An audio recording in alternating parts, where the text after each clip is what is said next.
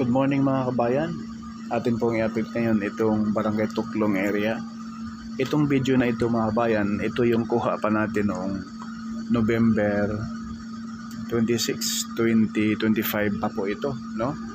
So, itong portion na ito mga kabayan sa ating latest na upload rito. Itong portion na ito dito po, no?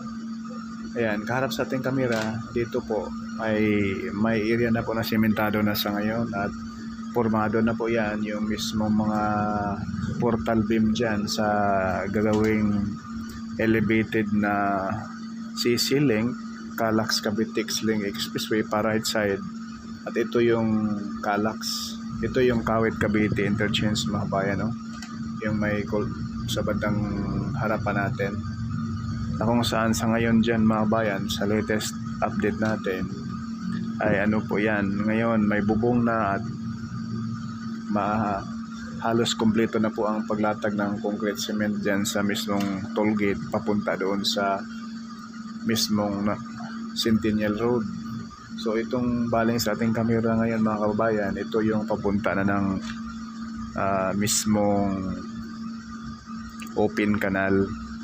So sa ngayon, atin pong puntahan ngayon ang open canal interchange.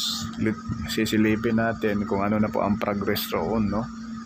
Pero itong video na ito ay noong November 26 pa po ito, 2025. Pinakita ko lang sa inyo para masilip ninyo kung gaano kabilis yung progress, no? Pwede ninyo panoorin mga bayan sa unang na-upload natin yung mga latest video natin, no? So itong video nating ipapakita sa sunod mga bayan, ito na yung open canal. Ito yung kuha natin noong Sabado. So ito na po mga bayan, oh. Ito na yung latest update dito sa open canal interchange. Noong Sabado lang po ito mga kabayan nakuha natin. February 20, no? 2026 mga kabayan. So ayan na po.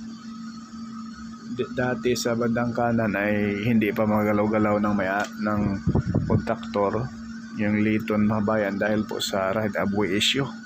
Kaya natagalan itong portion na ito mula rito sa open canal papuntang Governors Drive Interchange. Napakabilis gumawa yung Liton mga bayan dahil international po yan, napakalaking company po yan. Ang problema lang kasi sa right of way ng lupa, hindi po madali-daling magawa dahil po sa walpang mismong hindi pa nagkaunawaan sa may-ari ng mga lupa rito. Kaya medyo natagalan. Pero kung walang right of way issue mga bayan, napakabilis yan. So ito na yung tulay dito po sa open canal. Bago mag-open canal interchange, ito po yung sakop. Ayan sa unahan, no? Ayan na po yung Imus, no? Ito yung sakop sa Imus, Cavite mga kabayan. Diyan sa unahan, andyan na po yung Imus LTO. Ayan, no? Yung bubong sa bandang kanan mga bayan. Yan na po yung LTO ng Imus, Cavite. Napaka strategic na area at future mega city rin po ang Imus, Cavite mga bayan. At sa likuran natin, andyan na rin po yung SM sa General Trias, Cavite. Sa likod lang natin mga bayan. Kaya itong open canal ay yung mga lupa na malapit rito, sigurado ito maging business center din po ito mga bayan. Nagsulputan na ngayon rito ang mga building, no? Mga high-rise building sa likuran natin sa bandang kaliwa.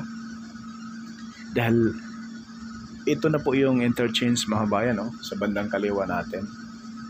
Yung kalsada na malapad dyan sa baba natin, yan na po yung mismong papunta doon sa Aguinaldo Highway. Ito yung open canal road mga kabayan. Tagos na yan doon sa Arnaldo Highway at papunta doon sa Aguinaldo Highway.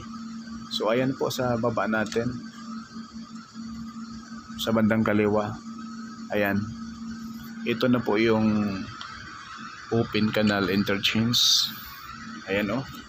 Ang kulang na lang dyan mga bayan, yung mismong i-install lang yan eh. Nakaporma na po yung mismong toll gate. Ayan oh, sa bandang kaliwa. Yung may ilaw na. Yan po yung pinaka-toll gate. Kumbaga, i-install na lang nila. Nakaporma na po yung sa ano ng bubong, sa mismong mga ticket booth dyan, sa RFID. For install na lang yan mga bayan. So, abangan po ninyo sa sunod pa natin mga update dahil sa next update natin rito ay may bubong na yan at baka sa portion doon sa unahan sa bandang kaliwa natin ay simentuhin na rin yan dahil naglatag na sila ng base course mga kabayan. Ayan po sa baba natin yung toll gate rito sa Open Canal Interchange. Paki-like, share, follow at subscribe po. Maraming salamat.